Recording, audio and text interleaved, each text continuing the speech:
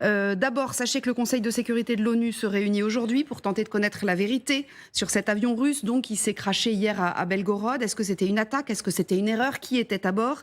La Russie affirme que Kiev a fait exploser l'appareil qui transportait des prisonniers ukrainiens. L'Ukraine, elle, veut des preuves. On voit les derniers éléments avec Nancy Rice et on rejoint Jérôme Garot à Moscou. Des roses sur un monticule, un mémorial déjà érigé en l'honneur des pilotes de l'avion qui s'est écrasé hier. Les Russes ont déjà leur héros dans cette affaire. La responsabilité des Ukrainiens, le Kremlin l'annonce déjà comme un fait, à grand renfort de déclarations. La dernière en date, celle d'un général à la retraite, Andrei Kartopolov, déclare que les services de renseignement ukrainiens avaient été prévenus officiellement 15 minutes avant que l'avion ne pénètre dans la zone. Dans les conditions des systèmes de communication modernes, dès la réception de cette information, un ordre Air Stop a dû être envoyé à travers la zone spécifique. Et tout était OK alors. Ça n'est évidemment pas ce qui s'est passé.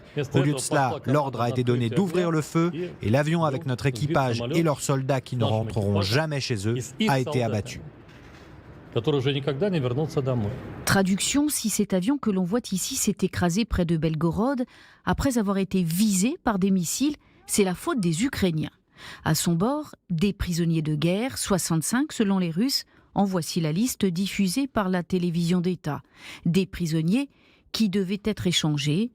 Une affaire limpide pour les Russes, beaucoup moins pour Kiev. Oui, un processus d'échange était prévu.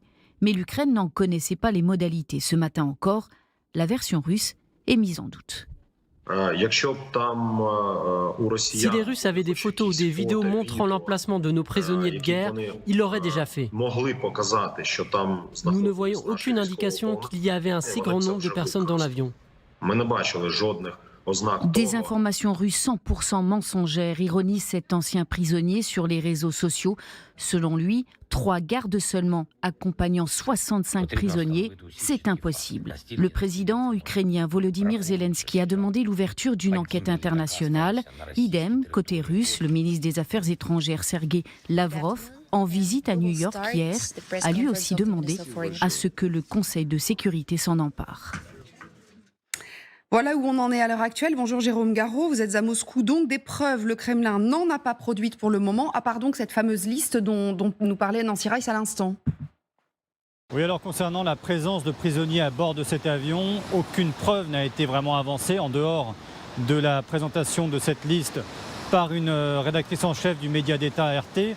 Et sur cette liste, vous avez d'ailleurs un prisonnier ukrainien qui a déjà été libéré le 3 janvier dernier. Donc, elle est inexacte. Par ailleurs, les boîtes noires auraient été retrouvées et vont être transférées, annoncent les agences russes, à un laboratoire militaire. C'est donc l'armée russe qui va prendre en charge ce dossier. Le site du crash, pour l'instant, est toujours inaccessible. Les routes, les environs sont bouclés par la police russe et par l'armée. C'est d'ailleurs un des enjeux, c'est ce qui va compliquer cette hypothétique enquête internationale qui est réclamée. Quel sera l'accès autorisé?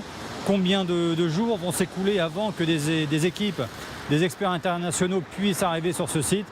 Pour le moment, on n'a absolument aucune information. Eh oui, évidemment, parce que c'est l'idée, évidemment, de faire venir des enquêteurs internationaux. Encore une précision, c'est l'agence russe TASS qui le dit en citant les services opérationnels russes. Pour établir l'identité de tous les passagers, il est nécessaire de disposer du matériel ADN provenant des proches des victimes. La partie ukrainienne, disent-ils, devra reconnaître la mort de ses citoyens, assurer la procédure de collecte du matériel ADN et le transférer de notre côté. Après cela, l'identification sera effectuée dans le cadre de l'enquête sur cette affaire. Elle est quand même assez nébuleuse, cette affaire, c'est évident, Catherine. Est-ce qu'on pourrait se poser la question, se dire que les Russes auraient volontairement abattu un de leurs avions? Non, a priori, moi, ce qu'on me dit, des gens qui travaillent sur ce genre d'affaires, c'est qu'apparemment, l'avion a bien été abattu par les Ukrainiens et par Oui. un patriote. Pour aller plus dans le détail. Mais concernant les prisonniers, c'est là où effectivement les choses deviennent nébuleuses, comme vous dites, parce que d'abord sur les images qu'on a reçues, hier il y avait 3 corps qui étaient d'ailleurs floutés, mais il n'y avait absolument pas à peu près 70 corps. Alors on imagine bien dans une explosion, il y a une partie des corps qui sont évidemment tellement abîmés qu'ils sont oui. presque pulvérisés. Mais en tout cas, on aurait quand même des traces. Et surtout, ce qui est très étonnant, c'est que les Russes eux-mêmes ne donnent pas cette preuve pour une double raison. D'abord, ça donnerait du crédit à leur récit qui, pour l'instant, est quand même largement mis en doute. Et puis l'autre chose, c'est que si les Russes disent qu'il y avait des prisonniers ukrainiens à bord de l'avion, c'est aussi pour taper là où ça fait mal côté ukrainien. C'est-à-dire que si l'armée ukrainienne, avec l'accord du pouvoir politique, a décidé d'abattre un avion et qu'ils ont ainsi tué leurs propres soldats, qui en plus allaient, en ironie de l'histoire encore plus terrible, allaient être libérés quelques heures plus tard. Les Russes savent que pour les Ukrainiens, évidemment, c'est dévastateur. Donc pourquoi ne produisent-ils pas ces preuves, alors que là, on a l'impression qu'ils ont envie de gagner du temps en disant oui, il faudra des prélèvements ADN sur les familles pour qu'on puisse en être sûr, etc. Il y a une manière très simple de donner du crédit à ce qu'ils disent, c'est de montrer les corps des soi-disant prisonniers ukrainiens. Il y a autre chose, Magali, ce matin, je voyais une dépêche tomber disant que c'était l'armée ukrainienne qui communiquait en disant qu'elle continuerait à viser la région de Belgorod. Ça peut être aussi une manière d'intimider les Ukrainiens qui tapent quand même beaucoup, et on en reparlera tout à l'heure après 15h30, sur le territoire russe. Mais d'ailleurs, dans l'heure qui a précédé le crash de cet avion, il y avait des alertes antiaériennes parce que manifestement, il y avait une attaque ukrainienne dans cette zone. Et là, évidemment, on est tout près on est à la frontière de l'Ukraine. C'est une zone qui est vraiment une zone essentielle pour toute la logistique russe aussi. Donc c'est une zone qui est visée depuis le début par des drones, par des missiles.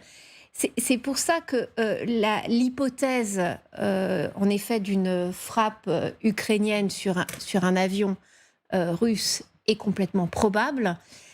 Et après, on peut se dire qu'en effet, les Russes ont tout intérêt à l'habiller en expliquant qu'ils ont tapé un avion dans lequel il y avait des prisonniers, surtout qu'un échange de prisonniers, en effet, était bien prévu à ce moment-là.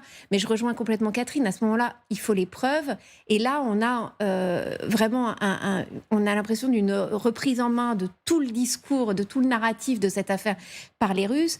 C'est Lavrov qui demande une réunion, le ministre des Affaires étrangères russe, qui demande une réunion du Conseil de sécurité, qui lui-même demande une enquête, alors que tout est bouclé. Et on voit bien que, avant que des inspecteurs internationaux puissent arriver sur place, on aura pris soin de nettoyer complètement la zone. Oui. Donc, l'enquête internationale libre et indépendante paraît quand même un vœu pieux. Oui, c'est ça. Ceci dit, Général, une erreur dramatique, évidemment, des Ukrainiens est quand même possible. Oui, c'est possible de tirer par erreur sur un avion, d'en confondre deux. Enfin, je sais pas. En temps de guerre, par erreur, non, mais ça peut arriver, un ordre qui passe mal. Enfin, je sais pas. Oui, tout est possible. Mais enfin, c'est quand même, c'est vrai, vous l'avez dit tout à l'heure, c'est débuleux. C'est très débuleux. Il n'y a pas beaucoup de corps, quoi qu'on puisse en dire. Moi, je dirais, il y a une question que je me pose depuis tout à l'heure. Est-ce qu'il y a eu déjà des échanges de prisonniers par vol? Par avion. Oui, c'est ça. Jusqu'à présent, on a toujours eu des comptes rendus de terrain où c'était terrestre, justement pour des raisons de sécurité. Alors, nous, on nous a dit hier, je posais la question à l'un de vos confrères qui me disait ils sont répartis un peu partout sur le territoire russe, donc les faire venir par avion jusqu'à Belgorod, ça peut être envisageable. Bon. Oui, c'est potentiellement c'est possible. Enfin, on est à 40 km de la frontière. Il y a des frappes régulières, vous l'avez souligné. Il y a des drones, il y a des missiles. Donc, c'est une zone dangereuse pour un avion. Et forcément, tout avion en l'air est considéré comme avion ennemi par les Ukrainiens. Donc, j'avoue que moi, je trouve qu'il y a beaucoup d'erreurs. Ouais, voilà. Et plus ça va, plus j'entends les informations qu'on nous apporte, plus j'ai quand même l'impression que c'était un vol qui ne transportait pas de prisonniers, qui a été descendu par justement les Ukrainiens parce qu'ils ont identifié un avion, et que maintenant c'est instrumentalisé par les Russes pour maintenant faire porter, je dirais, le choc psychologique sur les Ukrainiens en disant attendez, vous avez tué vos propres hommes. Et puis par contre l'argument de dire oui, il n'y avait que 3 Russes pour accompagner 67, 69 prisonniers, des prisonniers qui rentrent chez eux, et ce ne sont pas des délinquants, ils ne vont pas se révolter dans l'avion. Voilà. Donc, c'est un autre argument élément que j'ai du mal à saisir. Mais peu importe, dans tous les cas, pour moi, je vois vraiment un avion militaire russe identifié par les Ukrainiens. Je ne crois pas, maintenant, je n'aurais peut-être pas dit la même chose hier, je ne crois pas aujourd'hui qu'il y avait des prisonniers dedans, parce qu'il n'y a pas de preuves tangibles qu'il y en avait. Ce qu'a dit Jérôme Garraud, de toute façon, c'est que la liste, il y a au moins un nom de faux. Alors voilà, c'est la question que j'allais poser à Yves Ça fait Bourdillon. beaucoup quand même. C'est vrai que Margareta Simonian, qui produit une liste, qui montre, on sait que tout ce qu'elle dit est tamponné par le Kremlin, pas de chance. Sur cette liste, il y a au moins un homme qui a été libéré il y a quelques semaines. En effet, ça discrédite un petit peu le récit, même s'il faut savoir que, vu comment fonctionne la bureaucratie russe, une erreur dans une liste, c'est assez fréquent. Oui. Mais c'est vrai aussi que, normalement, 3 gardes seulement pour 65... effectivement, comme vous dites, du moment qu'ils rentraient chez eux, pas besoin de les encadrer. C'est pas 3 gardes, parce qu'il y a déjà le pilote de l'avion, le copilote.